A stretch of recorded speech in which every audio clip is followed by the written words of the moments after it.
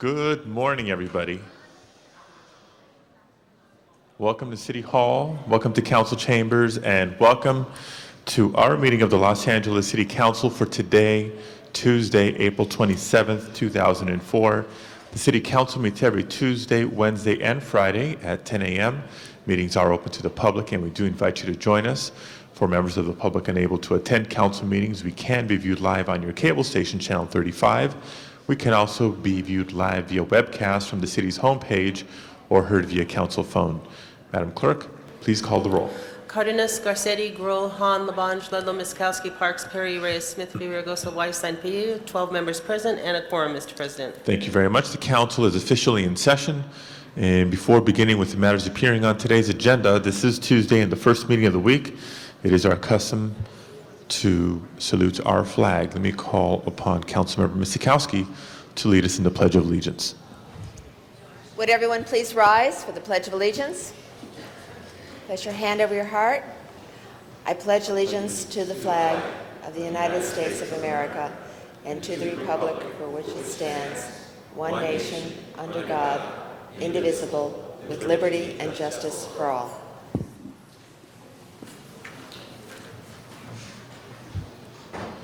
Thank you very much. Madam Clerk, first order of business, please. Approval of the minutes. Mr. Reyes moves and Ms. Gruel seconds.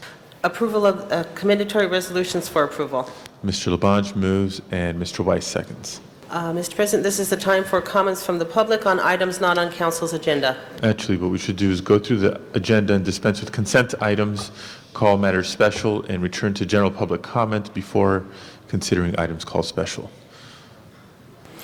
First items on the agenda are items noticed for public hearings. Items 1 through 3 are street lighting districts. Council should open the hearings and continue the hearings and ordinances to May 18th. Members, items 1 through 3 now before us, and I do not have requests from members of the public to address the council on these items.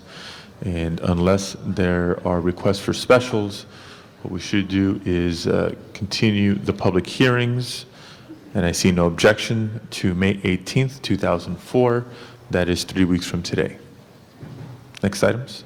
Next items, items 4 and 5 are findings of public convenience or necessities. I believe there are cards on item number 5.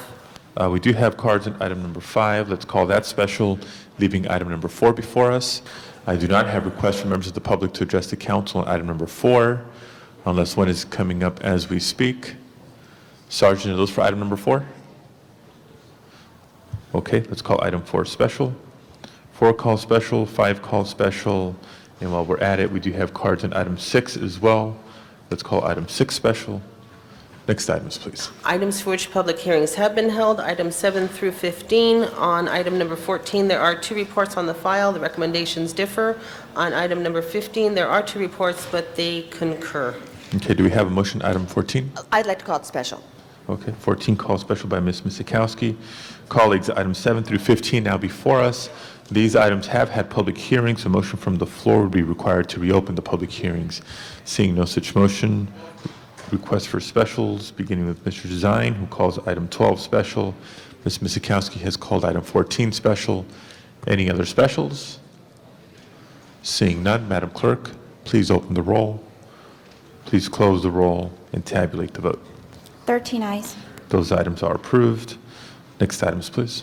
Next items are items for which public hearings have not been held. Items 16 through 49, 10 votes are required for consideration. Okay. Colleagues, items 16 through 49 now before us. These items have not had public hearings, but I do not have requests from members of the public to address the council on these items at this time. Public hearings are deemed open. Public hearings are deemed closed. Requests for specials on items 16 through 49. Seeing none, Madam Clerk, please open the roll. Please close the roll and tabulate the vote. 13 ayes. Those are approved. Next items, please. Next items on the supplemental page, items 50 and 51, are also items for which public hearings have not been held. 10 votes are required for consideration. Without objection, the council shall consider items 50 and 51 today. Items that have not had public hearings, and I do not have requests from members of the public to address the council on these items. Public hearings are deemed open. Public hearings are deemed closed. And excuse me, Mr. President, on item number 50, a new communication has been submitted and distributed to the council members. The debt impact statement was not included, and that is included on the new report. Colleagues, and we will call your attention to that new report on item number 50. Do we have any requests for specials, items 50 or 51? Seeing none, Madam Clerk, please open the roll on both of those items. Please close the roll and tabulate the vote. 13 ayes. Both of those items are approved. Forthwith, please, on item 50. Forthwith, please, on item 51. Congratulate the president on both those forthwith. Thank you, Mr. Labange. 43 forthwith. Forthwith on item 43. And let's let our fire department personnel get back to work on those issues. Colleagues, that I think is our agenda. We have 5 items called special. Before we take those matters up, let us turn to general public comment, an opportunity for members of the public to address the council on matters within our jurisdiction but not appearing on today's agenda. The council calls forward Mr. Don Schultz, followed by Melrose Larry Green, haven't seen you in a while, and Tessa Maria Maxwell. Thank you, Mr. President. Mr. President, council members, your review of the fiscal year 2004-05 LA Department Building and Safety budget is critical to all of us who reside and work in the city of Los Angeles. The proposed cuts in positions to be eliminated will have serious negative impacts on the quality of life for all of us. Under the leadership of General Manager Andrew Edelman, this department has changed its image and become a model for the rest of the nation. Mr. Edelman has done this with previous budgets that still left the department short of field inspectors needed to deal with quality of life issues to all Angelenos. If anything, the city must find the necessary funding to provide this department to grow if Los Angeles is to prosper. That wise old sage and historian Tom Labange once said, quote, "You must spend money to make money," unquote. Thank you. Thank you, Mr. Schultz. Mr. Green. Good morning. Pardon my dress, but I ran here. Actually took the red line. Here's my little ticket. Good morning, Martin. I'm Melrose Larry Green. I like the clock. Reminds me of when I was captain of my debating team at Hewlett High School about 35 years ago. So I'll try to stick to my time frame here. We only have 10 minutes allocated. The other day I'm going on, we have a great city council here. A lot of old friends here. Some of you I've run against when I ran for mayor. And I'm going to throw out a little football this morning, which may be too hot to handle. We have 2 great people on this council that haven't declared their candidacy for mayor. My good friend Antonio Villaraigosa on this side, and my councilman, who's over here but sitting over there, Tom Labange. And I really would welcome it in light of what's going on in this city with all the graft and corruption and millions of dollars of fraud. It's time for two honest people to come in. That's my politics. Now, about the DWP. The other night I came back from the LA Times Festival of Books. The lights went out in my apartment. I called DWP. I told them I voted for Tom LaBonge. 10 minutes, a truck was at my house. Changed the fuse. $60 million of profit. I love you, Tom LaBonge. Antonio, I love you. Thank you for saving me. Alex, you went to MIT and so did my brother. Thank you, I'm out of time. I'm Melrose Larry Green. Have a good meeting. Tessa Maria Maxwell, please.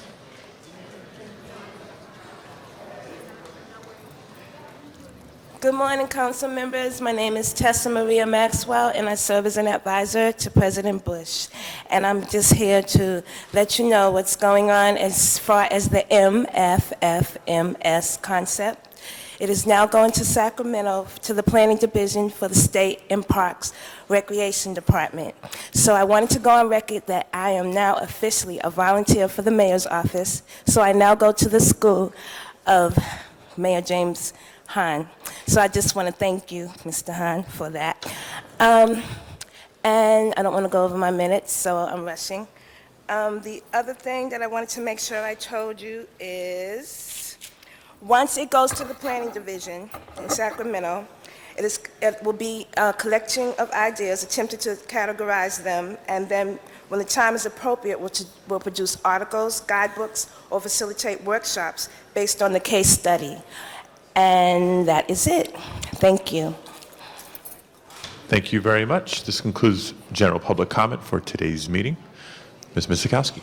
Mr. President, the CAO has asked if we could reconsider item 50.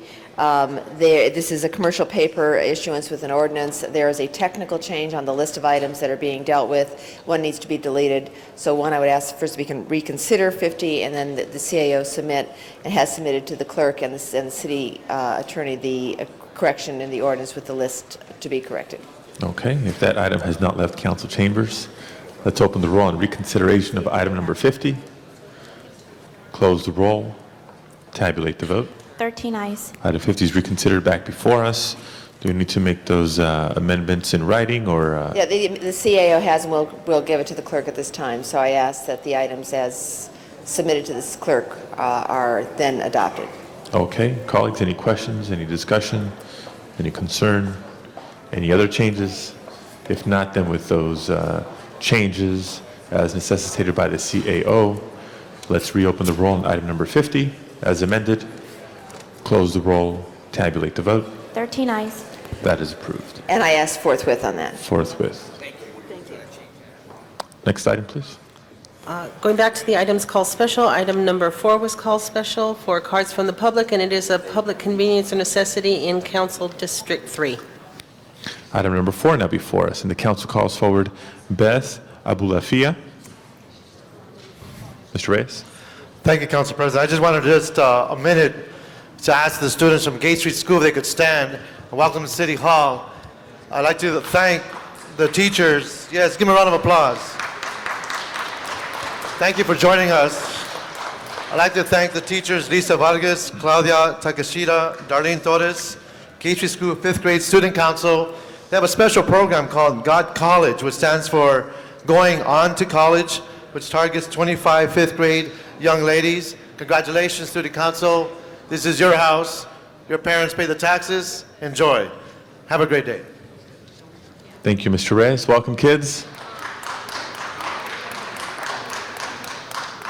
And Ms. Abulafia, please come forward. Good morning. I'm Beth Abulafia, representing Target. With me is Kim DeSico, who is the district manager for the Target stores in the Valley. This is an application or a request for a finding of public convenience to allow Target to obtain a Type 20 off-sale beer and wine license for its store in Woodland Hills. Although it's a Type 20 beer and wine license, Target's present plans are to sell wine only at this store and at all of the other stores in California that are already licensed. Just by way of some brief background, Target started introducing wine sales in its stores in California about 2 years ago, starting with stores up in Northern California and there are about 40 stores in Northern California that are licensed. And more recently, because the program was very well received in Northern California, Target has started expanding the program to its stores in Southern California, and there are about 40 stores thus far licensed in Southern California and another 40 or so that are in various stages of the application process. Target estimates that the sale of wine will amount for only a small percentage of overall sales, probably not more than 3%, but we do think that it will be a convenience to Target's customers and will complement the market section that Target has, and Kim can speak more to that issue. This store is not in a census tract that's over-concentrated with off-sale licenses. It is in a crime reporting district that under the statistical analysis would be considered high crime, but Target has a number of safety and security measures already in place at its store, video surveillance systems, asset protection personnel, and a number of other measures that are already in place at the store so that we don't feel that the addition of wine sales will create any other problems with respect to crime or security at the store. And again, Kim can speak more to the specifics of the security measures.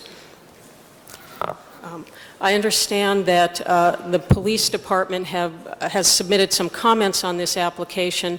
I became aware of that only late yesterday afternoon, and I've not had an opportunity to see what the police have submitted, so I am not able to comment with respect to that.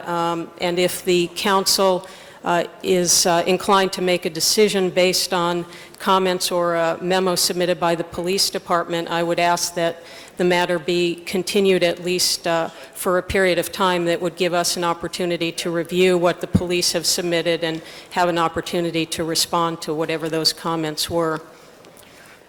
If there are any questions, we'd be happy to answer them. Thank you very much. This concludes public comment for this item. Mr. Zine. Thank you, Mr. President. And as the council member for that district, I would request that this go to committee, to the Plum Committee. There's a number of unanswered questions regarding the neighborhood council, questions regarding the concentration, and it needs to have a hearing. And I don't know if it's been before Plum, but there's a lot of unanswered questions, so I would request that this be sent to the Plum Committee and not be granted. Mr. Zine, there is a time limit on this of Friday. Well, then I guess it's going to have to be continued to a further date because I've got unresolved questions. I'm not aware of the neighborhood council's involvement or participation, and a briefing note that I have is that a number of issues remain unresolved in this particular application in that particular area at the Target of Woodland Hills. And there is a recommendation to deny this without prejudice. Yes. And then, since it doesn't have the CUP yet. Well, what I want to do is have the further hearing, so if we can deny it without prejudice, and the applicant has not gone through the conditional use permit, and I don't know if it's appropriate to send it to Plum for a review, but there's still unanswered questions regarding the application and the granting of that application. My concern is, and lives into some of the testimony regarding the concerns about the concentration of alcoholic dispensing locations in that area. I've got concerns about that. If you wish to deny it without prejudice, that way it'll be within the time limit, and then when it comes back with the conditional use, then it can go to Plum. Yes. If I could give you some information relative to the comments you're making. Sure. Under the statute, the council has 90 days to make a decision on this application. The 90 days doesn't run until June 15th. We have a hearing set on our conditional use permit for May 17th. So I would suggest that one alternative would be to just continue this matter to a date after May 17th when our use permit application will be heard. That will also give us an opportunity to make whatever presentations to the committee that Councilmember Zine is requesting. Okay, you never approached my office on this matter, which is concerned to me and the neighborhood council. So what we're going to do is deny it without prejudice for the CUP. So hopefully that will resolve it. And I would suggest in the future, if in the 3rd district you want to have a location dispensing alcohol beverages, you contact my office. And we're more than happy to work with businesses, but I don't like to get a surprise on the agenda because our office and my planning deputy who's here says we were never contacted on this. Okay. All right? So Sure. that'll be the directive? Deny it without prejudice then? Yes. Okay. Okay? All righty. Thank you. Thank you. And I would suggest you meet with Mr. Tom Henry, my planning deputy, to get that established. Okay? Thank you. And council needs to take a vote on that also. So we're going to deny without prejudice. Okay. Mr. President, that'll be the request that we take the vote, deny without prejudice. Okay. What'll be the next action on that item? Council would need to take a vote, then open the roll on that item. Okay, affirmative vote means they're in agreement with the denial. Right, correct. So we request an aye vote, correct? Okay, request an aye vote. Thank you. Okay. Will the clerk open the roll? Close the roll? Announce the vote? 14 eyes. 14 ayes. That item has passed. The next item, Mr. President, item number 5 is also finding a public convenience or necessity in Council District 2. And I believe the recommendation on the agenda is also to not deny that one without prejudice. That's Okay. correct. Ms. Gruhl? Yes, we just would like to deny this item without prejudice. There's been no public hearing or any of the items, so if we could just take that And I action. believe there is a card on this item Was it also. Mr. Schultz who had put a card in? No. Okay. And we're on item... More than one card. Actually, there are 2 cards. One is Don Schultz and one is Beth Obulafia. I know Don had to leave, but Don was in favor of the denial without prejudice. Okay. And I don't see the other. Is Beth available? Oh. Hope I'm saying the name right. Okay. Thank you. I won't repeat the general background comments that I made with respect to the previous item, but for this store as well, we have applied for the conditional use permit on this particular application. We have not yet received a hearing notice. So if the council's preference is to deny this without prejudice until the use permit hearing has taken place, that would be fine. Okay. That closes public comment, and we have a recommendation to deny, so affirmative vote would be to deny. That's Okay. correct. Will the clerk open the roll? Close the roll? Announce the vote? 12 eyes. 12 ayes. That item has passed. The next item, Mr. President, is item number 6, and that's also public convenience and necessity in Council District 9, and I believe there are cards from the public. Yes. Okay, we have several public comment cards. First, we have Leslie Kroom, C-R-O-O-M, Leslie Kroom. Please come forward. And then after that will be Mary Lee, then Elizabeth Peterson. Actually, we're both here, Mary. Good morning. My name is Leslie Kroom, and I'm with United Coalition East Prevention Project. We met with the owners and their representative yesterday in our office, and we came today to say again that United Coalition East Prevention Project is still opposed to the alcohol license to be granted. Thank you. Thank you. Mary Lee. Good morning. My name is Mary Lee, and I represent United Coalition East Prevention Project, which Ms. Kroom is employed by. It's an organization that works in the Central City East community of Los Angeles, working to reduce problems associated with alcohol and substance abuse. And we are going to reiterate our concerns about granting the alcohol outlet conditional use permit on the grounds that this public convenience necessity finding, in our view, is not in the best interest of this community.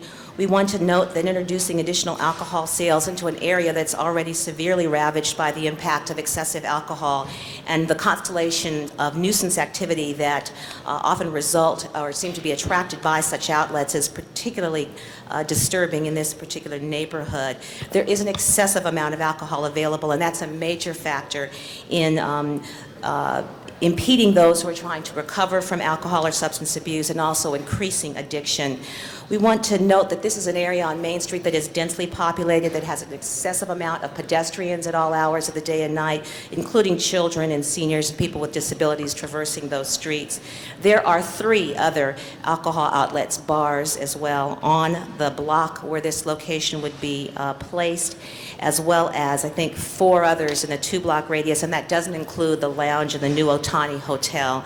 Our concerns are less about this operator because, as Ms. Kroom indicated, we have met with them and we do appreciate their willingness to attach voluntary conditions to the operation of their business. This is less about the operation of this one outlet and more about the climate in which it will be placed. We can tell you that given the number of outlets in this area, there is no convenience or necessity for additional alcohol in this neighborhood. Thank you very much. Okay, thank you. Next, we have Steve Stewart. And then after that, we'll have Elizabeth Peterson and Victor Franco. Good morning. I just wanted to say I have also met with the coalition as well as the client, and I do believe that this project would be a benefit to the community because this operator has shown that he can operate effectively, and he would be a benefit to the community by bringing in an operation that would benefit and operate appropriately. There are other alcohol establishments within the area, but as we can see, the area is somewhat dilapidated. There are nuisances going on and so forth, but this operator, once again, is bringing a business model that's going to be appropriate for the community, and that will be a benefit. Thank you. Okay, thank you. Elizabeth Peterson. Hi, President, Council members, Elizabeth Peterson. We did meet with the United Coalition yesterday. We have had an ongoing dialogue with them, many of the community members, and it has been completely evident to us that we are unable to come to a consensus, and it is basically about the alcohol usage more so than anything else. The business operator is a stakeholder in the community and owns multiple bars and restaurants within the Los Angeles area.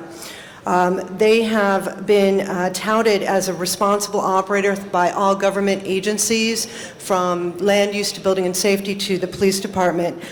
We work closely with the zoning administrator, the United Central Coalition East, Central City Association, and the Los Angeles Police Department to closely ensure this business will have a positive impact on the community.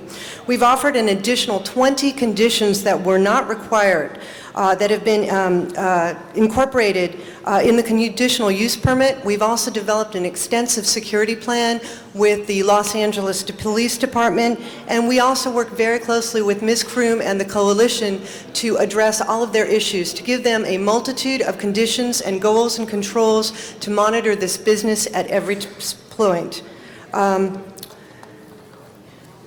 We also learned during this process that there were many challenges in this immediate area, so we worked together with LA CAN to develop a jobs program. This location is committed to hiring within the adjacent area over 30% of their jobs, to start a jobs training program, and to start a CPAB committee meeting with the Los Angeles Police Department for restaurant operators and club operators with liquor licenses. They're very, very committed to their community, and we hope you'll approve this so that they can show you that they can be a responsible operator and make a positive impact in this area. Thank you.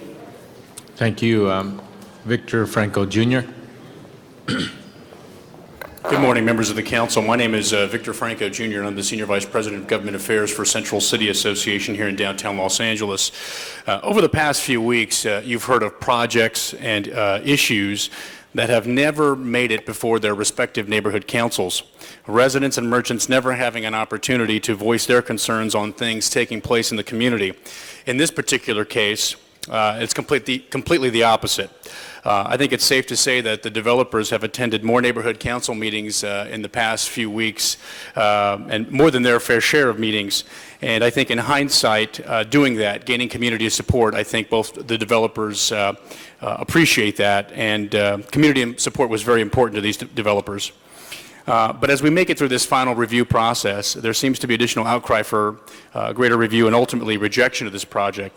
Members of this community, for better or worse, elected representatives to the Neighborhood Council, which is the Downtown Los Angeles Neighborhood Council, DLANC, so that projects could have some input, some public input. Ultimately, the Neighborhood Council gave its blessing for this project that will enhance the area and draw more people, public and private sector employees, to this long-forgotten part of the city, and we ask for your support. Thank you. Thank you. That concludes the public comment cards that were submitted. Do we have This is a... Ms. Perry? Yeah. Thank you very much, Mr. Chair. This is a difficult case. It's a difficult case because the community is changing, and it's changing by the block. And I want the folks from USEF and Central City East to understand and to know that I support them and respect them for the work that they have done and will continue to do, and in particular to their attorney, Mary Lee, who is a top-notch and tireless advocate on their behalf. I have been monitoring the conversations between the developer and the community through my planning deputy, Donald Lancaster, and I was pleased not only to find out that the developers live in the community and live in the area, but that it actually mattered to them what the community thought, the total community. And while I concur with many of the concerns raised today, I'm also pleased that they have taken over a space that for so many years, more than a decade, has been a problem, the Golden Gopher, and have voluntarily agreed to submit to a number of conditions that we would normally fight to impose on a developer, because I think they recognize the importance of that. In addition, while there may be a difference of opinion on where to hire a security guard from, they have hired a state-certified security guard to conduct the security operations in and about this bar/nightclub. The other thing I wanted to note and emphasize that in some of the conditions, as a former planning deputy myself, I know how important on-site consumption is in terms of what you serve a drink with. And I want to make sure that it's quite clear in conditions that food is not limited to snacks, and that food to be served there is food that is normally offered in a full-service restaurant, sit-down full-service restaurant for a luncheon or breakfast or brunch. Because it's important, if people are consuming alcohol, that they consume food as well, and that the consumption must be done on site. There are a number of conditions that have been indicated in the file with extensive review by the zoning administrator, but I also want to point out, should this operation cease to exist, I want to make sure that the conditions associated with this operation terminate as well. Thank you, Ms. Perry. Is your recommendation then to grant the application? Thank you. Okay. Mr. Zine.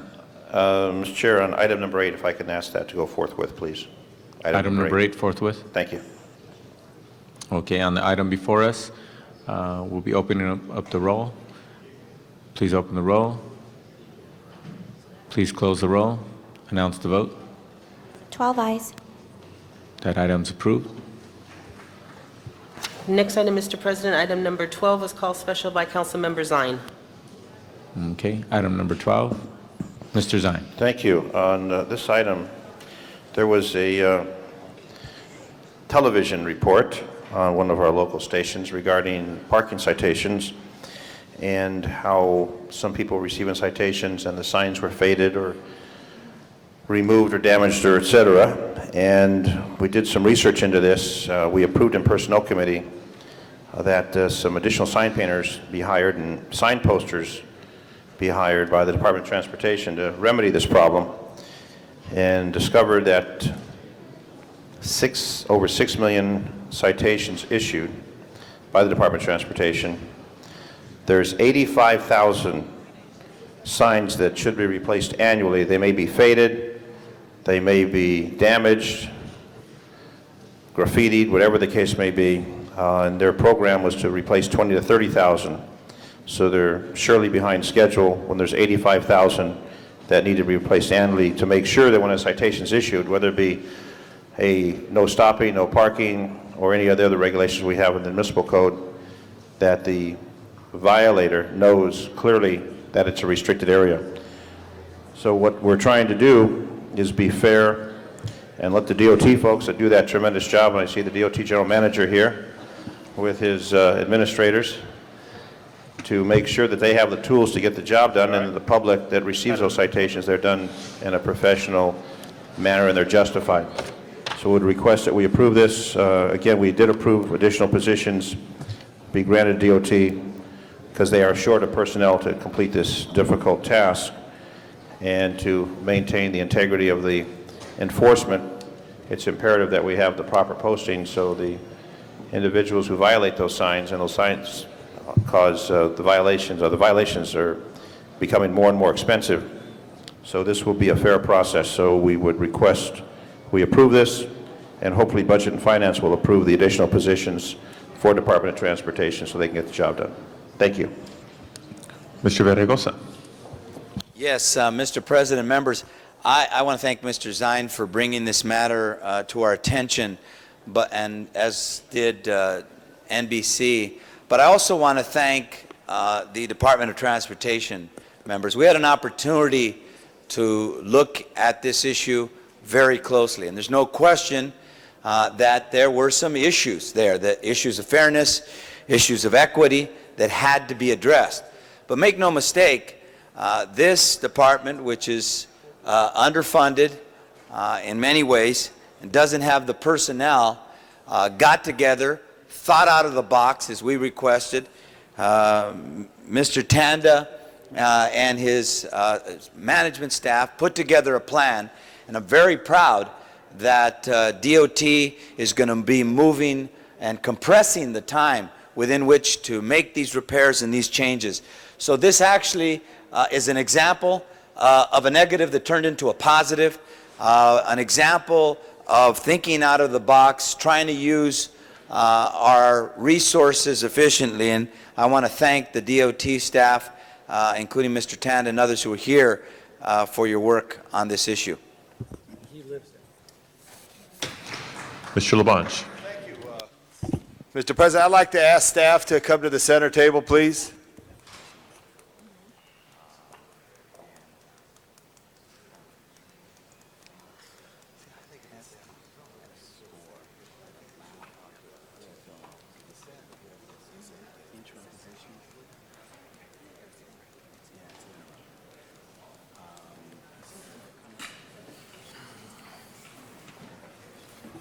Thank you very much, Mr. President, Mr. Chair of Transportation, the maker of the motion, Mr. Zine. I just wanted to articulate that because it was of great concern, and there's nothing more disappointing when someone gets a violation, a citation, yet the matter is not completely marked out on that. And I believe I sent you some photographs, right, of Russell Avenue? Yes. Now, this is a tough question now. Did you change those signs yet? I haven't been on Russell yet. I haven't, Wayne Tonda, General Manager, LADOT. I haven't personally reviewed it, but I have been assured that that was taken care of immediately following receipt of those photos. Right.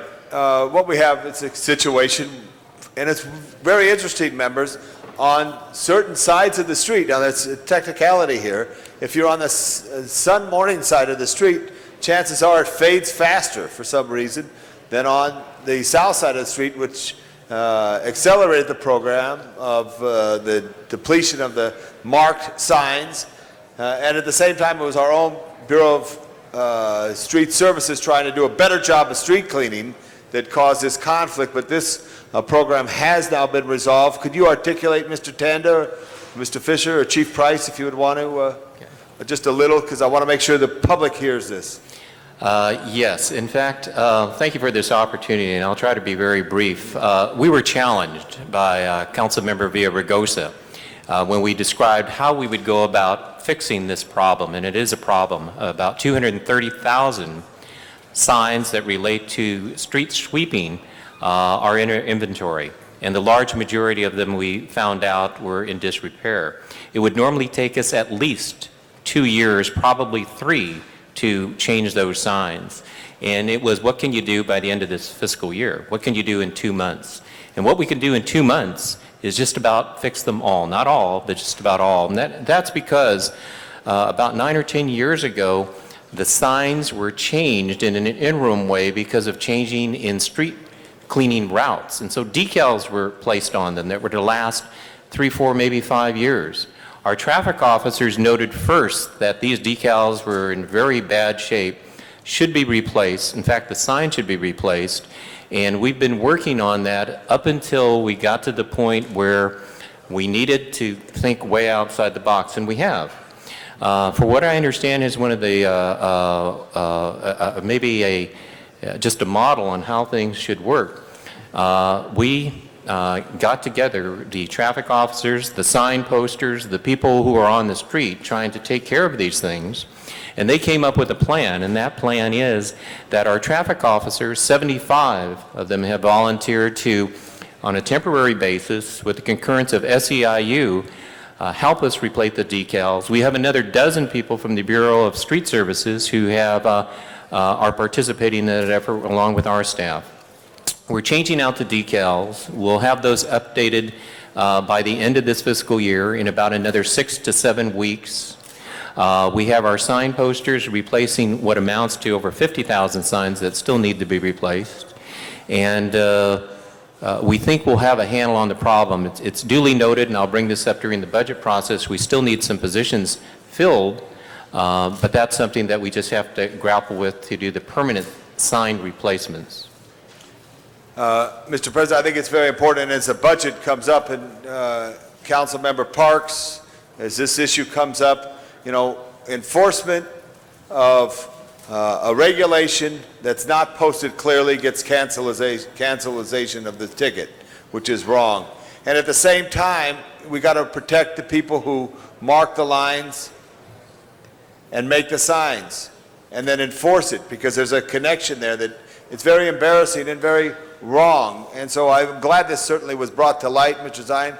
And Antonio, your efforts in committee, as Mr. Smith and I saw that compromise. I would like to offer, Mr. Tan, if there's any help, my staff and maybe council members would like to ask their staffs to volunteer in helping the department get this done in the efforts that you've organized with the various people from various entities within the traffic office and sign posters, because it is something that should be done. The signs should be clearly marked, enforcement should be fair, but then at the same time, we want to make sure that the streets get clean, because we all know that 80% of all debris, including cigarette butts, are within 1 foot of the curb of any street.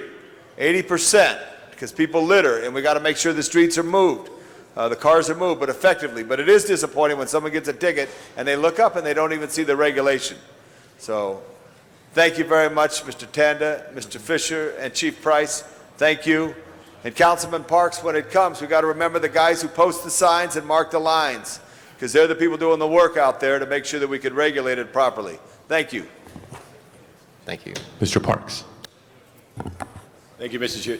Tom, I just want to know where you got the 80% thing. I mean, is that something you just pulled up? No, I'm a scientist of urban affairs. You have a measuring tape? I mean, how did you do that? I mean, is that it's empirical? really 86. It's 86% of all debris is within the a foot of the curb. Is that citywide or It's just citywide. certain areas? It's citywide. And if you call 5681 and ask, they'll tell you that. Ask for the Director of Street Services. We'll get right on there. Mr. Tanner, I just asked you on this issue if you make sure you bring it to Budget Committee when you make your presentation so we can discuss it at length. I definitely will. Thank you. Mr. Cardenas. Yes, thank you. I have a particular question I haven't had the opportunity to ask the department. It's my understanding that more and more to combat graffiti and being able to remove it quicker, for example, they're coming up with better materials to coat things with or what have you. How are we doing when it comes to our signs? Because I noticed a lot, sometimes they tag signs consistently in certain neighborhoods, And I would imagine if we had some material that we can apply to that and get it off quicker and easier, we would have less of a problem. Councilman Cardenas, John Fisher, Assistant General Manager. With our street cleaning signs, we're using porcelain enamel signs which have the glossy surface, which allows us to remove paint without it Damaging the sign. destroying the sign. But with our other ones, like no parking anytime and other signs, we're starting to use graffiti coat, a clear film over it, so that when we apply the solvent to take the paint off, it won't take the paint off the sign message itself. Okay, so we're improving that situation. Yes, we because it is in fact a problem, right? Yes, it is. And about a year ago, we started using graffiti film on our new signs. Okay. One more question on that note. What kind of reporting are we getting from the communities? Are we getting constant reporting over the last few years? Is it getting better when people are reporting those kinds of incidents so we can go out there and clean them? Because obviously, a person can only assume what's behind that graffiti, but unless it really is clear, it does cause a problem if they're cited and they do have a case to be made in front of a judge.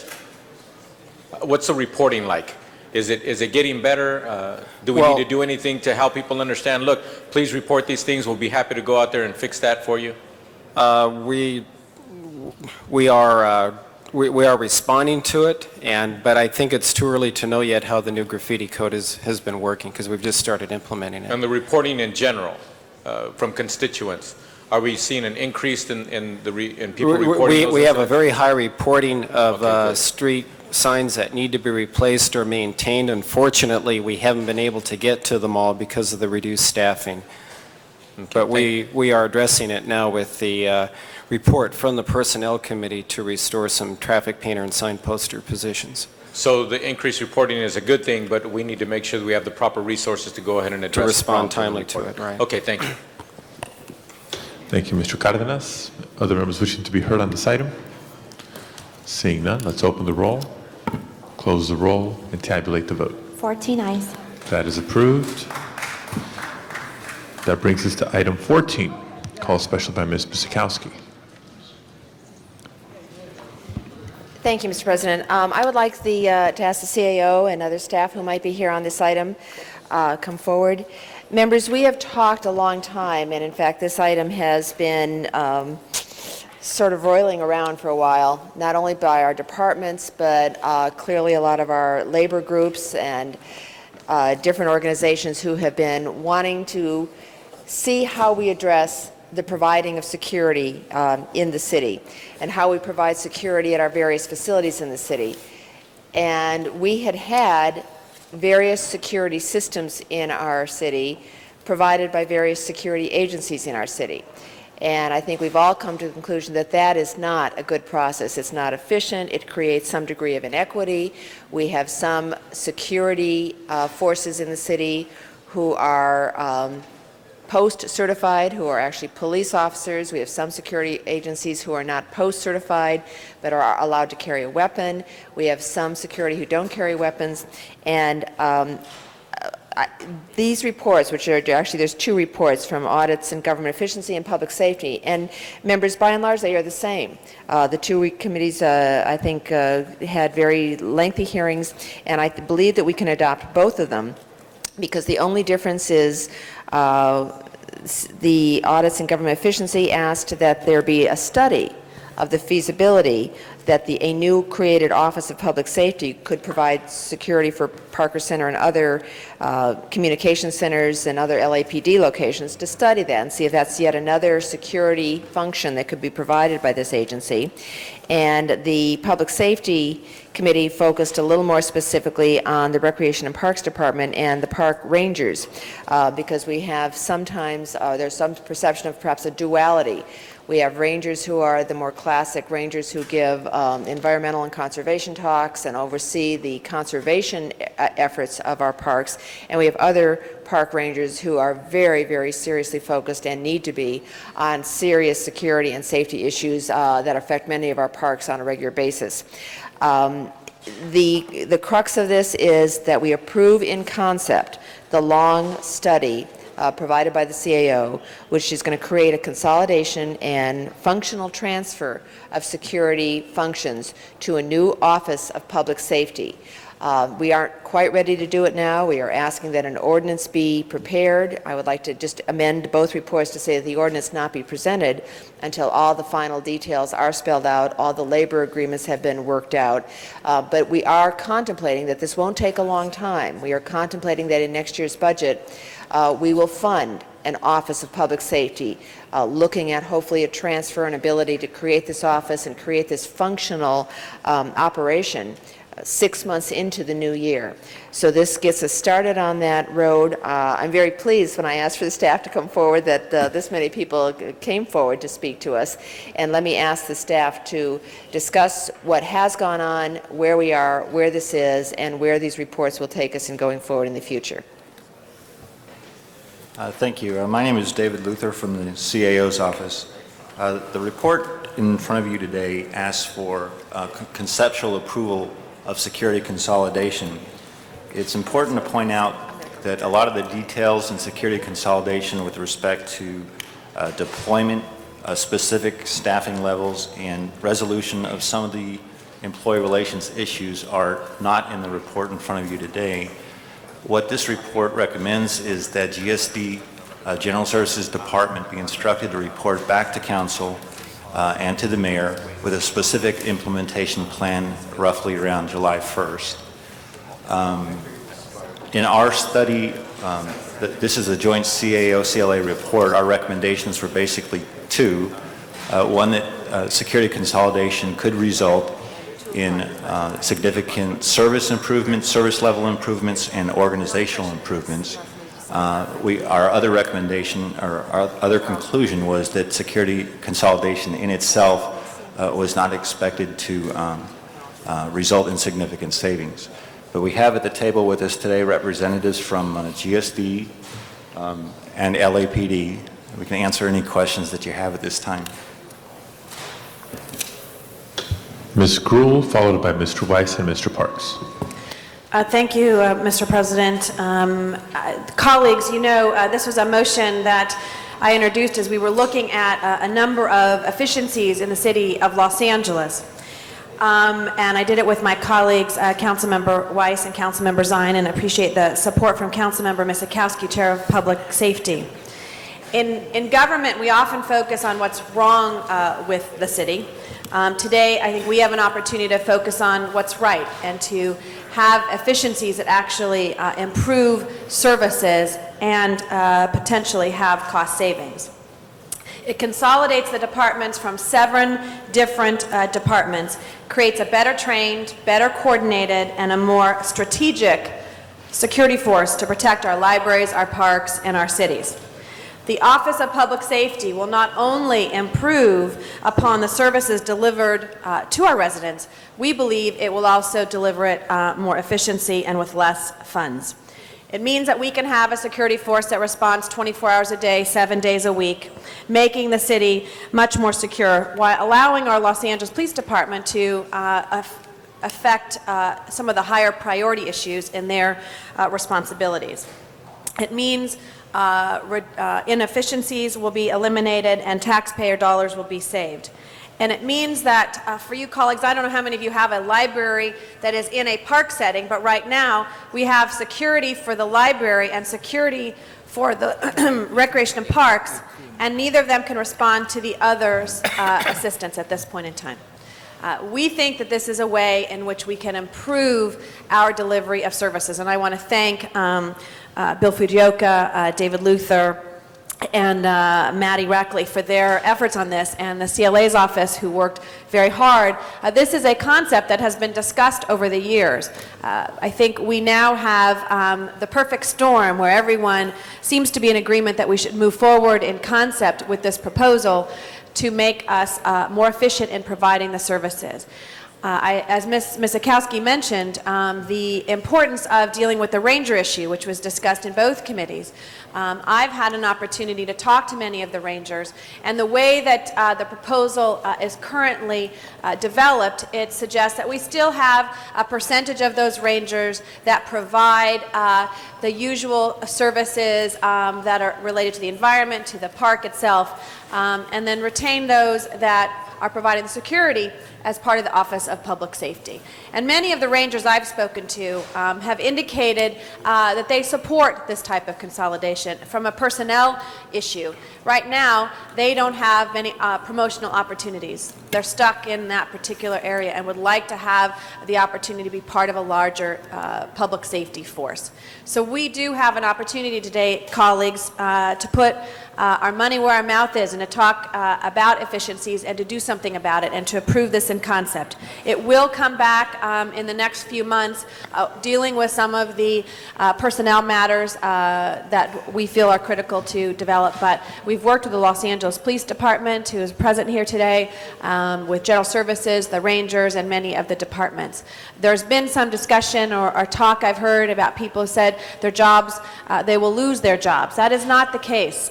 This is a way, and what Mr. Fujioka has shared with us, the report will identify how we will handle all of those personnel issues. So I want to give that commitment today. But it is an opportunity for us colleagues to show we are changing business as usual here in City Hall. And so I know my time is over, but if I could just quickly ask the Los Angeles Police Department how you see this interacting with LAPD, this new Office of Public Safety. As we indicated in our report to the committee, John Encontro, Los Angeles Police Department, that we support the concept model and we will be able to work forward with operational issues and not only in training issues but in response to disasters, unusual occurrences, and any potential terrorism issues. That having one management system working with ours is beneficial for the city and the community. And that was particularly after 9/11, I think, when you were trying to identify who was securing those city buildings. We had several different kinds of security forces, different training, et cetera. So I think that is an important message. So colleagues, I'd ask for your aye vote today, and thank you to my colleagues who support this motion before you. Mr. Weiss, now followed by Mr. Parks, Mr. Zine, Mr. Smith, and Mr. Ludlow. Thank you, Mr. President. Ms. Grewal, I've been pleased to work on this issue with you and to promote it, because it doesn't make any, I mean, when you sit in City Hall and you go to these hearings and listen to all the people from the different departments talk, you can almost sort of believe that the way city government is organized makes some sense, but in many cases it doesn't. And if you go out into the real world and ask people how many police departments do we have in the city, people are going to tell you one. And if you tell them that the answer is closer to 10, they'll tell you that you've got to be kidding, because that doesn't make sense, because it really doesn't make sense. And what we want to do is consolidate and rationalize and make more efficient several of these mini police departments that are not the LAPD, so that we can provide a better level of public safety service to the people in this city. Just yesterday, Ms. Grewal, you asked, do we have any, Ms. Grewal, I need to ask you a question, Wendy. You asked, do we have any facilities in our districts where you have co-located libraries and parks? I was at the North Hollywood Recreation Center yesterday, which is in your district or Mr. LaBonge's? It's Tahunga and Chandler, Mr. LaBonge's district. And I didn't call them. The library is right there at the park. It makes no sense to have two different security services there on site. It makes absolutely no sense. Whoever is there to check out the library can and should be the person to check out security at the park. That's just an obvious efficiency. And that's what we're talking about here today. Now, one day, I hope we will start talking about another issue. We're not talking about it now, but one day I really do hope we start talking about why we have a separate police department at LAX. That likewise makes very little sense to me, and every time I've had the chance to learn about the police force at the LA airport, it has baffled me that it is not under the command and control of the Los Angeles Police Department. Again, like here, you could keep functional specialties. You could keep functional expertise. There could be someone who is capable and specialized and trained at patrolling a certain part of the airport. You could keep that person there. But it makes sense, and given the new threat of terrorism, it makes more sense than ever to have a unified police department at LAX. That's not this motion, and the politics of that issue is such that I don't know when we'll be able to make that rational decision. I'm pleased we can make this rational decision today. Thank you, Mr. President. Mr. Parks. Thank you, Mr. Chair. One of the things I just want to mention is that having watched a number of these departments initiated and then grow up to be from security all the way to the full-fledged police departments, I would just ask, and again, it's a matter of the study, what I thought we were voting for in public safety was that we're going to get a study done and come back and look at the policy issues as opposed to a study that says, let's go and implement. Because I think what we have to be concerned about, and we've seen this over and over again, every one of our security departments from the harbor to LAX to MTA started off as security, and then they came in one day and said, we'd like to have guns, and then we came in one day and they wanted bigger guns, and then they wanted peace officer status, then they wanted full peace officer status, and now we've come full cycle to where at least 2 departments are asking for pay parity and to join the LAPD pension system. So I think the big issue for all of us is to say, are we going to build a brand new police department? And if we are, what are all of the things that come up with that versus starting with the security and building it over the next 20 years? The other issue, and I think we did discuss this, and I think, Bill, you have a copy of the One City, One Police Department that LAPD did a major study on. The big issue there is not just merging the resources for the field operation. The most important thing for the city and liability deals with the issues of the training and all the infrastructure needs that you'd have to create a second time for a new police department. Shooting policy, pursuit policy, and then all of those issues that we deal with. And the concern that I have in this plan is that if we eventually decide to create a second police department or a third police department in the city, the general manager of general services who would be called on to defend the city as related to these liability issues isn't trained in that regard. And so I think we have to be considerate of who is going to represent the department when something goes bad, who's going to represent the city, because those are the infrastructure issues that you can't ignore. And the last thing you want to hear is a pursuit or a shooting and then say who's going to be the person that represents the city on those issues, and you don't have all these other things in place. So I would hope, Bill, that when we did that report, we'd look at those policy issues, and are we looking at a security force, are we looking to build a police department, and all those things, so we can make that decision knowingly and consciously before we move forward on any of the implementation and the funding. And so I think that hopefully would be the way that that report would go, as opposed to let's figure out how to implement. And the merging of the departments is the least significant part of the project. The larger part is building the structure that that department is going to exist in. Thank you. And we will address those issues. Mr. Zine. Thank you, Mr. President. Coming from law enforcement, and I know soon to be captain, maybe? Well, you know, you served many roles in this city, from riding the ponies, Metro, and everything else you've done. You worked as the temporary chief of General Services Security. Yes, sir. Coming from the LAPD background. When you entered that, did you notice a big gap in the training and the manuals and the orders and the direction? 'Cause what I'm trying to look at this is a patchwork, like a quilt, where we have dedicated city employees, Rex and Park, General Services, Library, and the other departments, all run in different directions. From your experience working in that capacity for a year or so, it seemed eternity, but maybe a year or so, John, what did you find? Well, excuse me, sir. Initially, and this was in October of 2000, at the direction of then Chief Parks, we did notice that there were some gaps in training, in some policy issues, and some other issues that are important in security and law enforcement.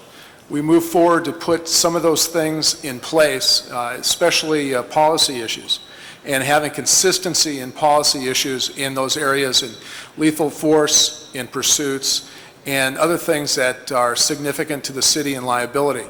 Once the police department left in that role at General Services with Chief Newton and Mr. DeClue, they continue to move forward, and they've continued since then, in my discussions with them, that they've continued to instill those policy issues, the consistent policy issues, and the consistent training issues. And they've even gone beyond that, and they're doing quite well right now. And I can see, as through the consolidation, that that's with what they've done in the past, that's going to move forward.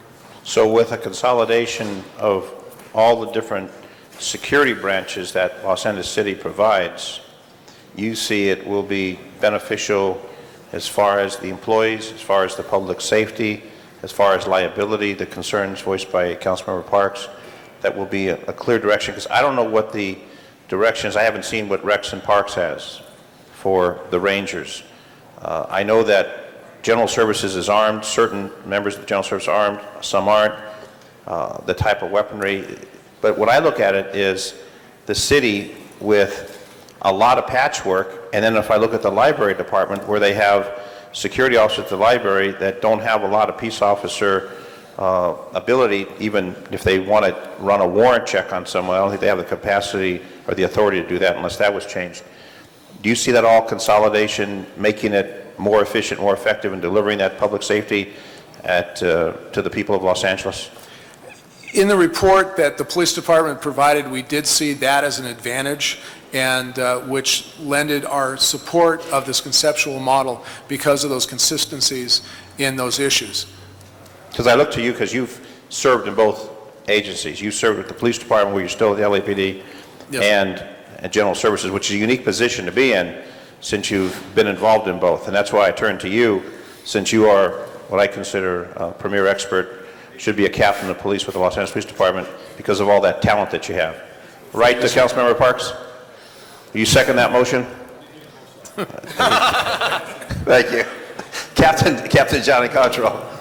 Mr. Smith? Okay, see, we got a second, that's good. Thank you, Mr. President.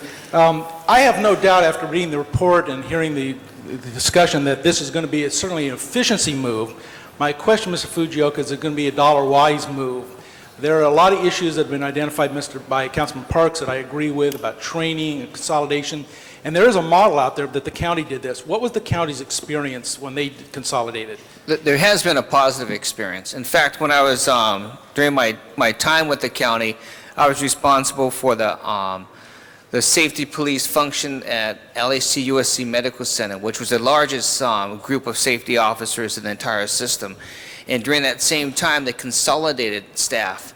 The public safety staff, similar to our GSD special officers, throughout all of LA County. At the time, I had some serious concerns about that consolidation, given that, especially the concern that we would lose local control of our safety police, our security forces. Presently, the chief of that function is Peggy York, who spent a lot of time with LAPD, and I think by many accounts, it's been very successful.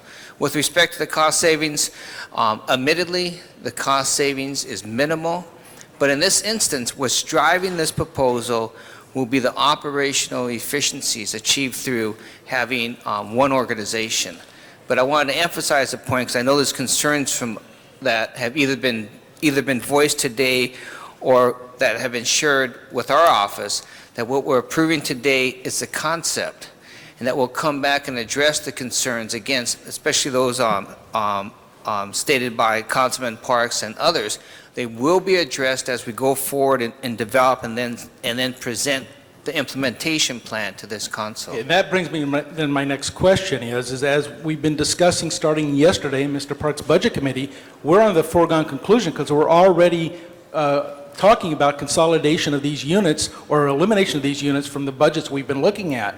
And so we're under kind of the foregone conclusion. This is already happening, yet we're just talking about going forward and coming back What is your timing now? Because if we're going to be approving budgets in the next week with elimination of these units from these departments, and there's no department for them to go to, we may be creating a huge problem for ourselves. What is your timing? Well, the implementation plan will be presented through the respective council committees around July 1st. The budget calls for everyone to stay in place for at least a 6-month period. Right. Yeah, at least a January. 6-month period. And then, subject to approval by this council, those resources will be consolidated under GSD. Okay, because that's not what we've been talking about in committee, in budget committee. We've been talking about moving these people out, and there wasn't any 6-month transition, I recall discussion. But there will be a 6-month period because they'll be kept on, basically on substitute positions in their current respective departments. And then pending approval by this council, they'll then be consolidated within GSD. Okay. We'll continue this discussion in budget and finance then. Okay. I think it's very important.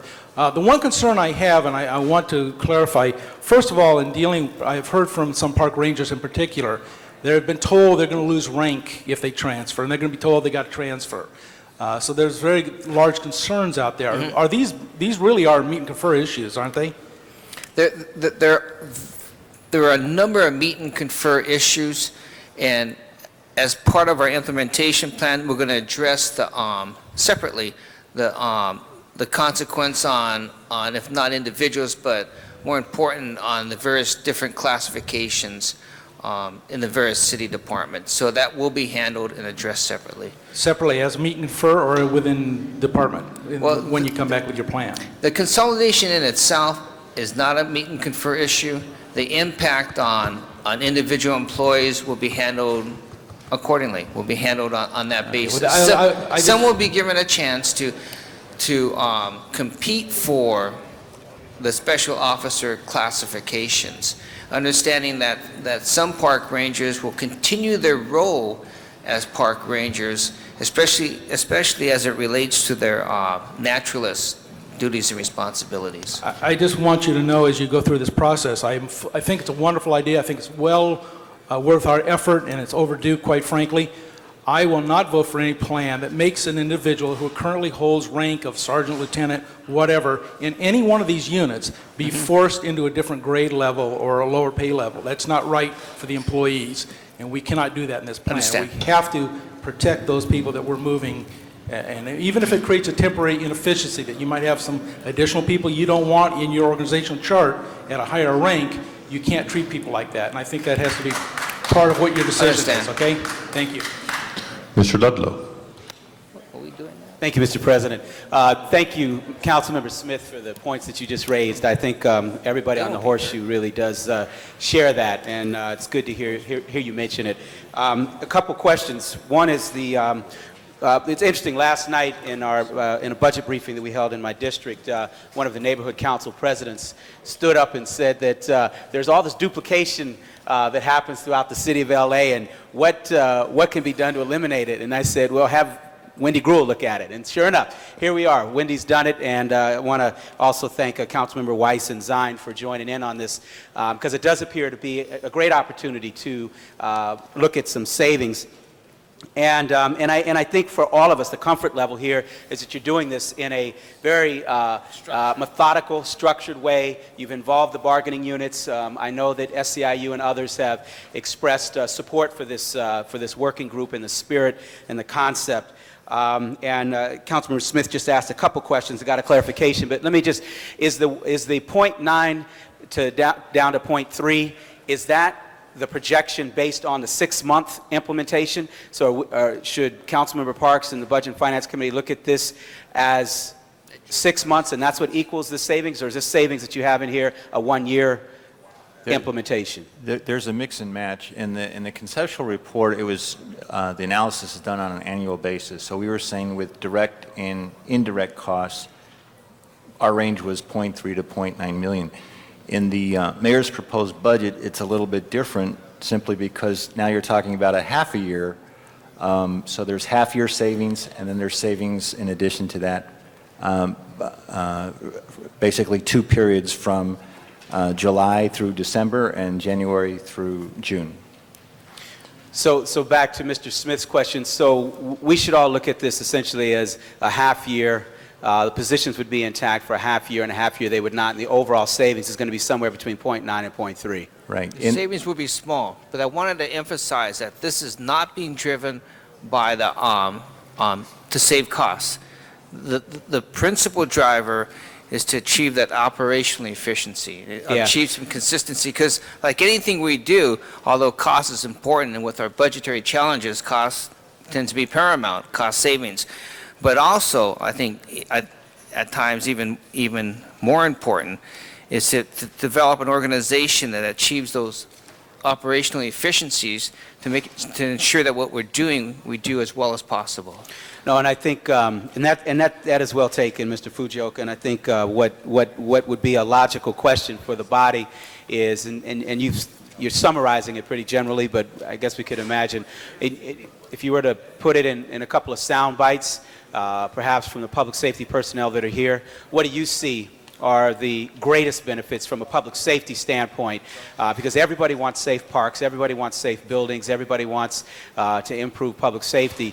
I think we get it conceptually, but if you had to put it in 3 or 4 sound bites, what are the things that you think become the biggest enhancers to public safety for the public and for city employees by moving this direction?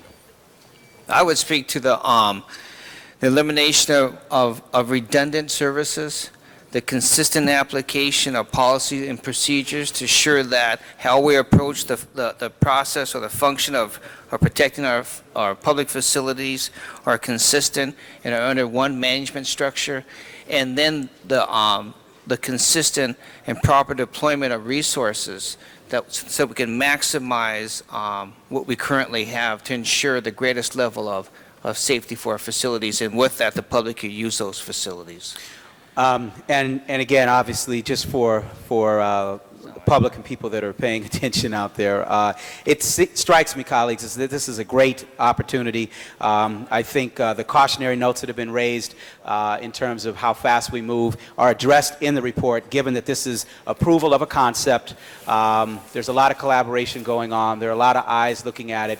And so I applaud our Audits Committee, Chairwoman Wendy Gruhl, and thank the delegation that's here. You guys are doing a great job. You're looking at this, and I understand it's not just a cost savings measure, primarily a public safety enhancement measure, but in doing so, I think the public should be well informed by the fact that it is going to be a cost savings. And I think what is key in this report is it says that the savings could actually go higher. I mean, we may see other ways that just through the enhancement of and structured communication and better coordination, there may be some hidden costs in here that we're not seeing that we're actually going to be able to save. So I support this wholeheartedly, and thank you all in this very difficult fiscal time looking at ways of saving money at the same time, in a time when we're looking to enhance public safety. This is clearly an effort in that direction. So thank you for your work on this.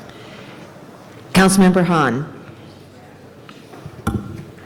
Thank you, Madam Chair. And again, I am on the Audits and Government Efficiency Committee, which used to be an oxymoron, but really want to thank Councilwoman Gruhl for really, so far, as chair of that committee, looking at a broad number of issues in our city and not worrying about whether they're public safety or contracting or leases.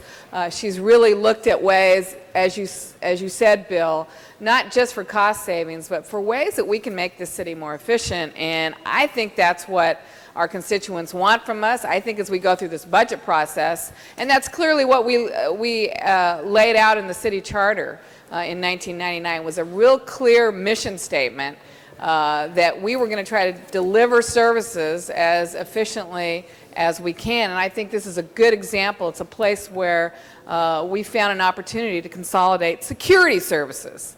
Not police services, but security services in a way that does save some money, does provide the service more efficiently, but clearly I think at the end of the day is going to be better public safety and better security for our facilities.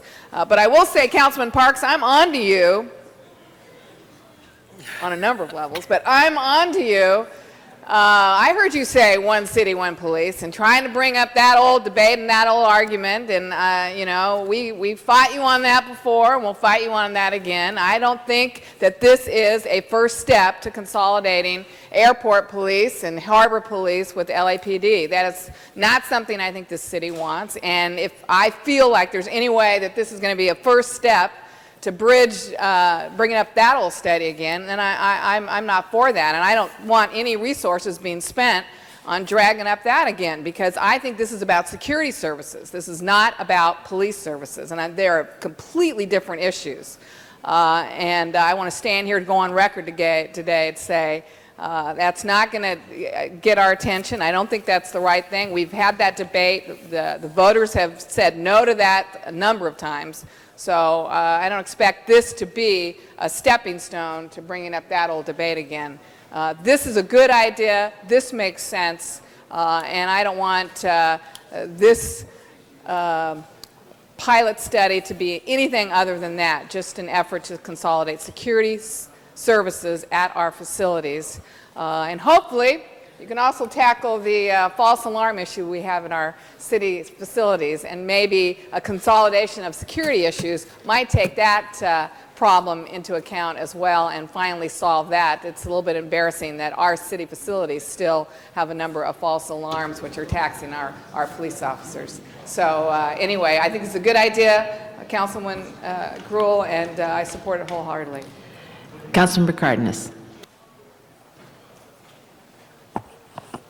Mr. Fujioka, if I understand correctly, the potential reorganizing of all of our police departments and creating greater efficiency, what kind of magnitude is it in the hundreds of thousands of dollars annually?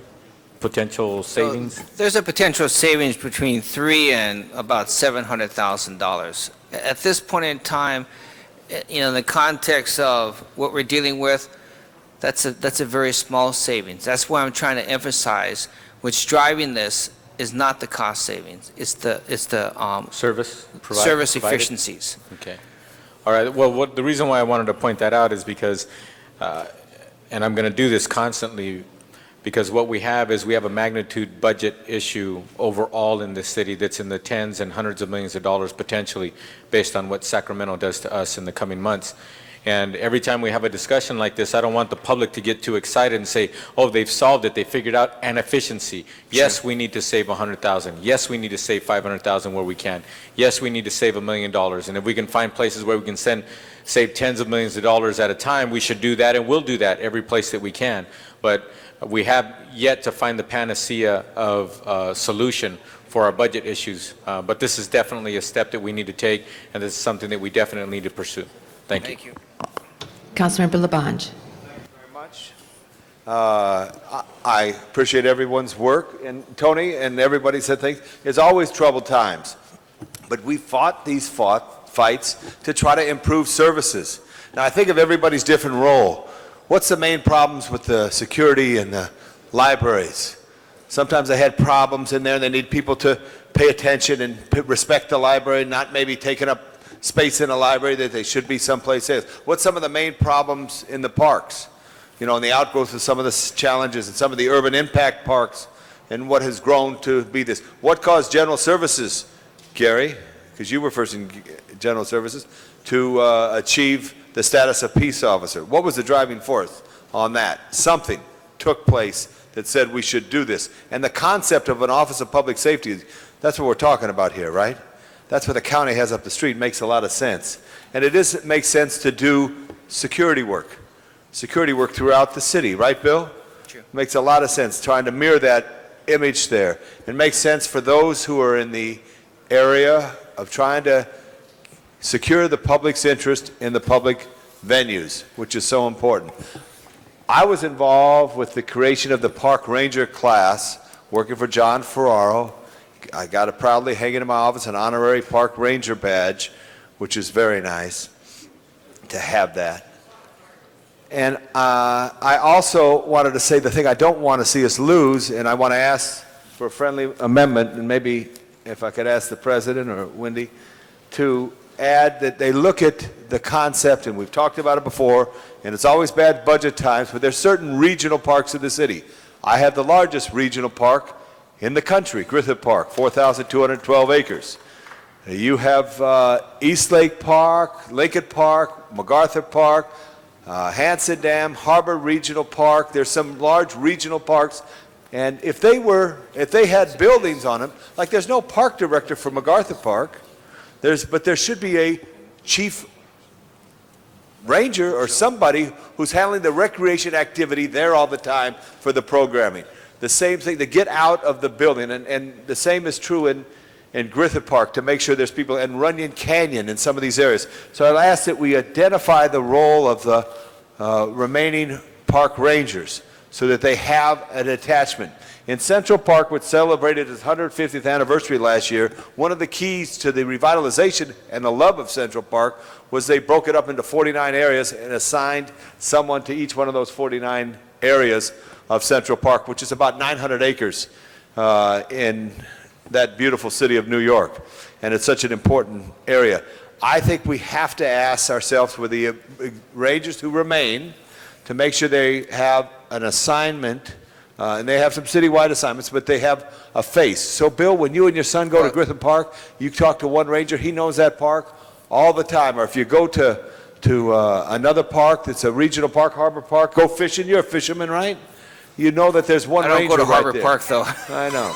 I know. All right, we're going to get fish back there because Janice Hahn is cleaning up that lake. With thanks to the Bureau of Sanitation, if I remember your previous actions. Do you understand what I'm saying? Yes, but with respect to your issue, it is our intent to address your concerns and to identify what will happen with each impacted agency, regardless of whether or not they're consolidated. The staff would be consolidated under a proposed Office of Public Safety or stay in the present assignment. Right. So we will do that. And I'm going to close right now with two things. One, I hope we have some graphics in the future. I think this org chart is very good, but up there, I don't know when that board's going to be fixed, Madam President, but I think it's very important, or a PowerPoint on this. And lastly, Mr. Zine is on the phone. Mr. Zine, you were talking to the police lieutenant? You were talking about him being a captain or something like that? Okay, I just want to ask the lieutenant, if you could, Lieutenant, what? You got a second from Councilman Parks. This is not Chicago, I hope, in that have that stuff there. But no, that's right. No. Last thing, now, Lieutenant, for the record, what high school did you go to? John Marshall High School. Thank you very much. Councilmember Reyes. I need to know the high school, correct? There's one point that was being made in your presentation, Mr. Labange, and I think it's a question that needs to be addressed, and that is when we talk about the personnel in these parks, what I haven't heard is how we understand the impact on these parks by the number of people using them. In other words, there's some parks like Lincoln Park, MacArthur, Hollenbeck. These are the only parks in those neighborhoods. And these same areas are anywhere between 20 to 30,000 people per square mile in those particular locations. So for us not to have security there, what's the plan of action? How are we attending to that issue of number of people using those facilities and the presence of either police or program, the relationship of that function of control of those parks to make sure that the families can use it and the kids? I'd like to fold that in, that question to be folded into your analysis, if that is where we're going with this discussion. In the report back from GSD, I've seen some of the preliminary work that they've done, and they are trying to take that approach, which is to, I think, first put all the facilities on one map, then talk to the general managers of each department, figure out what specific facilities are, quote, hotspots, and then from that point on, develop a deployment plan that would be discussed and reviewed by council and mayor. See, the real shame, like in Lincoln Park, is we're putting millions of dollars of improvements. That park's been neglected for decades. We're barely getting to it. But we can't even use it because of the presence of the gang members and the folks who are just continuously drinking alcohol in the same grounds where families are supposed to be, and we don't have a presence of police there because they're being pulled out into the neighboring areas that also is going through their crime issues. We've already had endless accounts in South Los Angeles. We've been having shootings. Councilmember Perry and Councilmember Hahn, we've been trying to focus on those issues in that part of town, but I really believe we need to understand the presence of police, security, in these highly used pockets where it's the only green space in those particular parts of town, and we should have some clarity there and understand what's being taken away because of the lack of security. That'll be part of the deployment plan. Right. So we have that commitment? Yes, that will be part of the deployment plan. Thank you, Mr. Reyes. Councilmember Gruhl. Thank you, Madam Chair, and I think this has been a great discussion. I appreciate all of my colleagues' input, and I think that it's clear that we find this is going to be a proposal that is going to, again, not only make us more efficient and provide the services. And I just wanted to comment, Mr. Smith, I met with some of the rangers as well and the captains and assured them that we would in no way demote them, et cetera, because that doesn't make us, I think, a supportive employer as well. So Mr. Fujioka has heard that from me, and again, I know that they've already started to have discussions with some of those rangers that are impacted, and I've been having a dialogue with them quite often. And I was surprised, again, that I have had many rangers who've come up to me and said, you know, we're really excited about this. We think it's going to allow us to provide better services, and at the same time, to deal with your comment, Mr. Reyes, a portion of them to still be able to be that individual that as a child or a young person, you can go up to them and say, well, tell me about this park, you know, tell me something about what's happening here, and it won't just be public safety. And I think that's something that we will work in the implementation report to address, because I do think that's important. They even talked about the importance of the uniform, I mean, and how we deal with that, and a ranger who, again, has been seen as a friendly, approachable kind of an individual in the parks, and how will that change? So I think we're all on the same page about making sure we have something efficient, but also that works. And I think Mr. Cardenas's comments as well about budget and efficiencies is very important. But also to add, when you look at the budget, and I sat in a portion of the budget committee yesterday, there are some items that are $100,000 or $200,000 that we're cutting. Building code enforcement, to positions within departments, to whatever.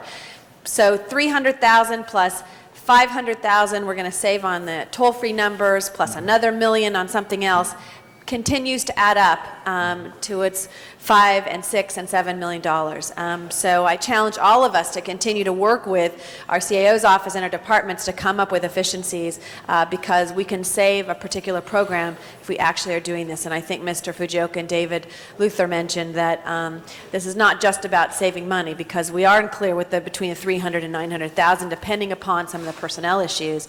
But it's going to allow us, when we have a crisis at a particular park or library, to bring additional resources that we otherwise would not have been able to do, and have one Office of Public Safety. So I, again, ask everyone for an aye vote and appreciate all of the dialogue and input today as we move forward with this. Mientras continuamos con esto, en este concepto, gracias, señor Labache. Solo quiero reiterar lo que Ed dijo. Está muy lo correcto sobre estos parques. El distrito número 4 tenía MacArthur Park. El gran reto ahí era de cuando las personas que no respetaban terreno público empezaron a controlar los parques. Quiero asegurar que alguien esté ahí en seguridad. Por lo quiero reiterar que yo apoyo lo que está diciendo el señor Reyes. Me gustaría que se tuviera un comité de parques de recreación, pero esto es muy importante. Let's go forward. But Bill, you got a clear understanding of the CAO, because CAO is responsible for this from now on, that everybody, to look at what the remaining role is how we supervise, from not necessarily the security point, which is the new Office of Public Safety. Is that a correct title there? For general services, but the remaining to take care of the public lands and what their role is, how you assign staff. I want the CAO to look at assigning staff at the big parks, that's their role. Ms. Hahn just mentioned to me that some of the environmental problems that they have at Harbor Regional Park could be solved if there was a ranger who was there taking care of the park. I know that would be true in Runyon Canyon and the parts of Griffith Park. And then we didn't even talk about the Los Angeles River, which we talk about all the time. So you restate what I stated, so we have it clear. First, with respect to Councilman Reyes' concerns, we will come back and address how staff will be deployed at our various facilities. That will be specifically addressed in our report.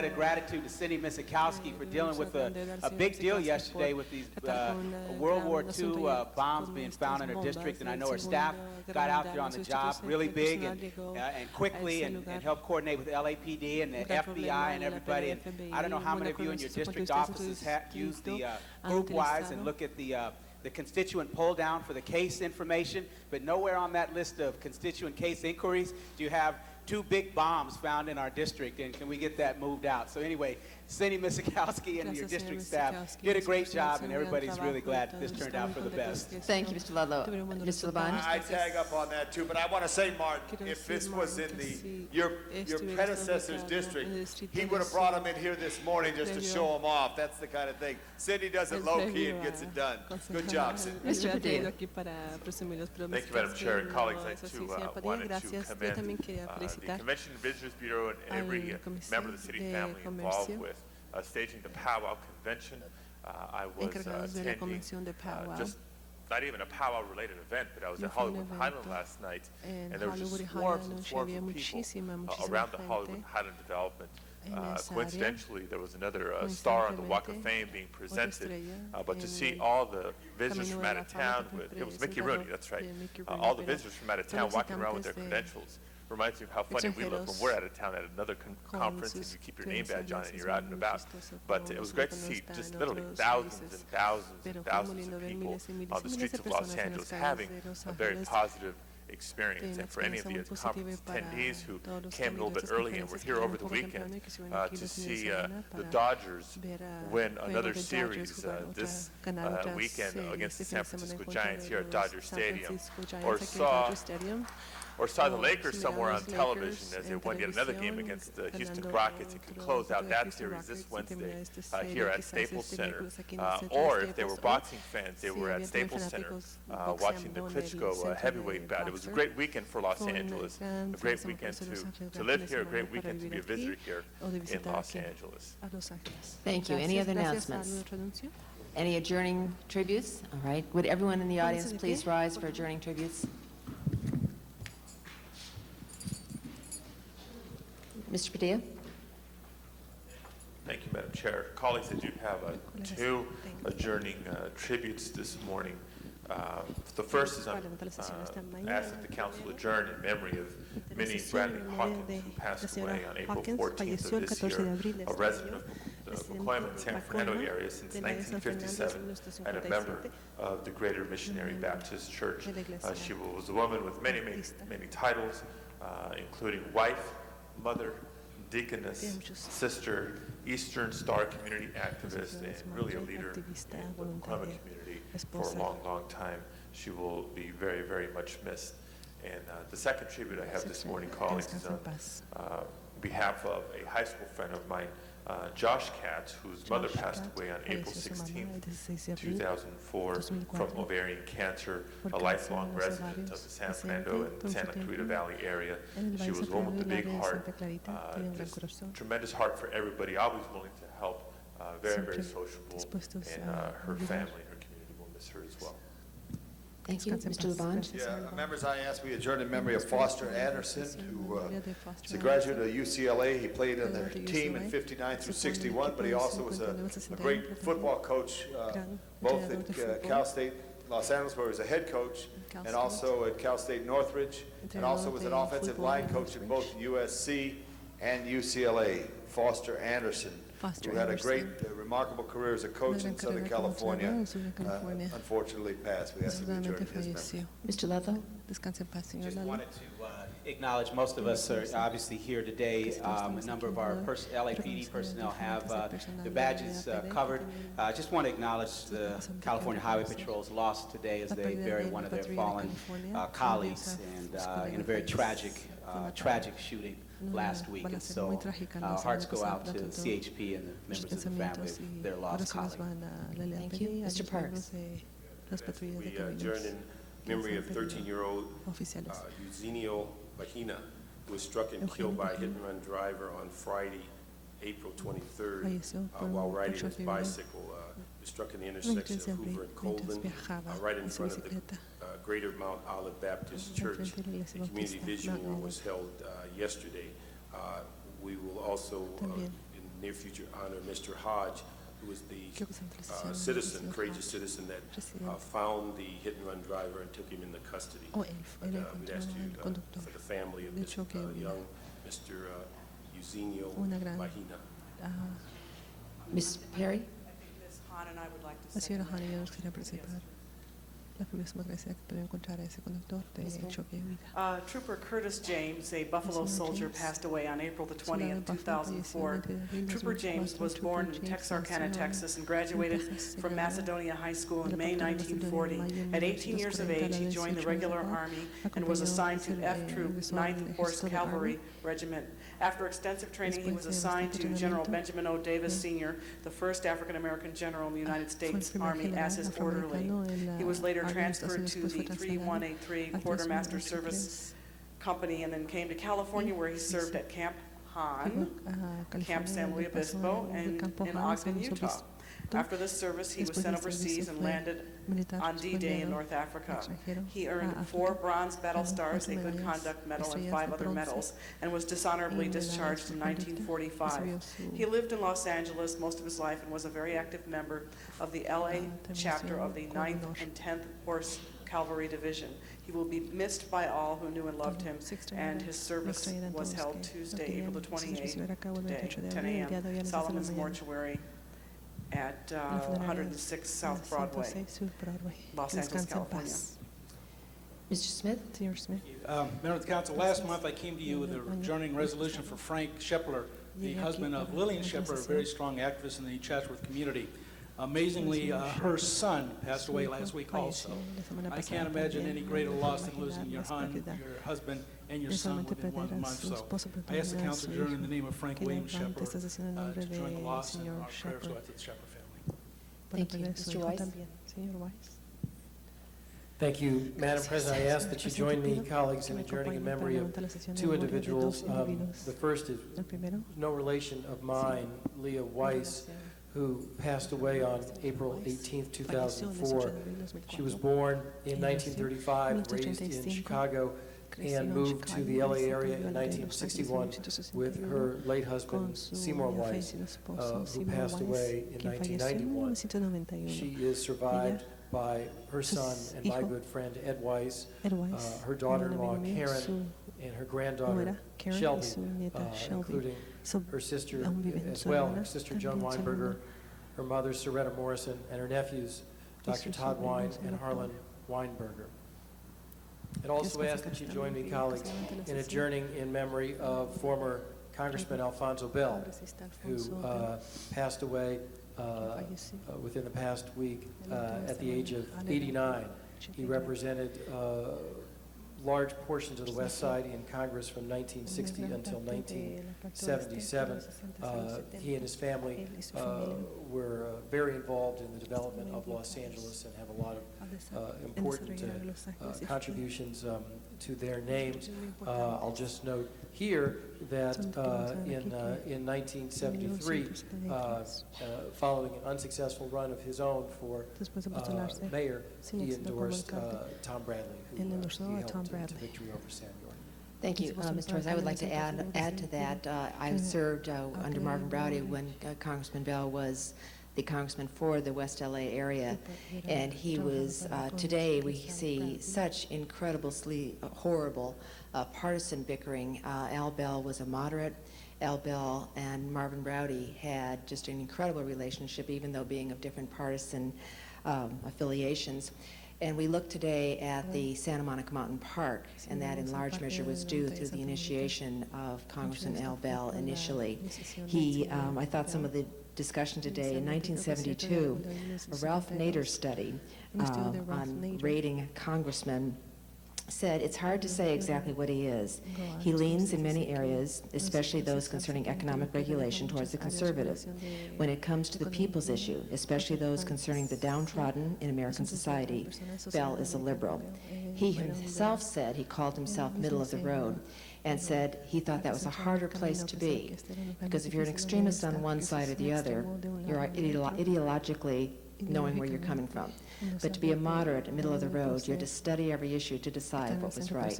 And he epitomized that. He was incredibly popular, reelected until he decided to resign, and was never anything bad said about him. Just truly a great legislative leader, and very, very proud that he served the West Side so strongly for so many years. So I think we'll have all members do that.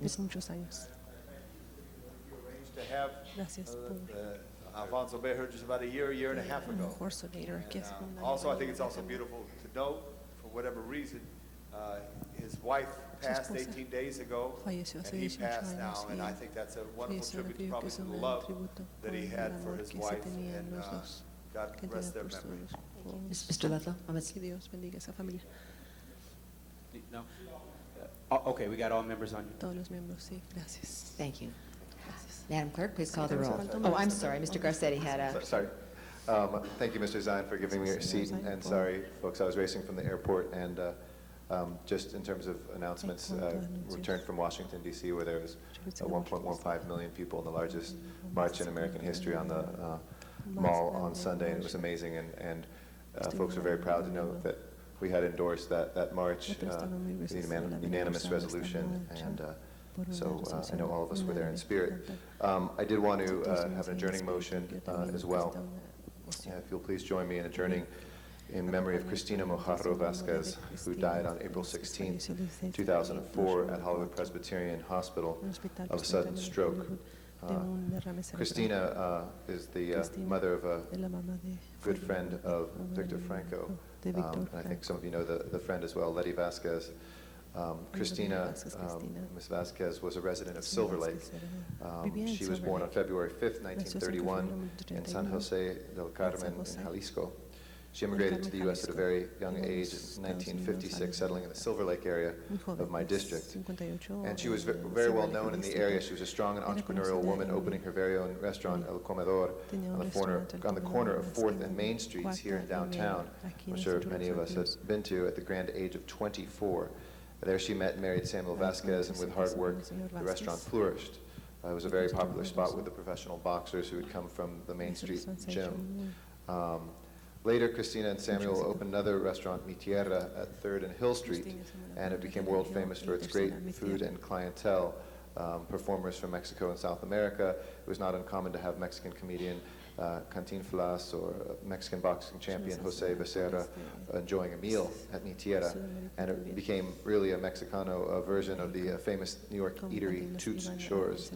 She was very well loved in her community. She passed on the spirit of giving to her children, Sammy, Victor, Maricela, and Letty, who works at Cal Poly Pomona and is a volunteer and board member with Padres Contra el Cáncer at Children's Hospital in my district. Christina's love of family and giving spirit will be missed, but will live on forever.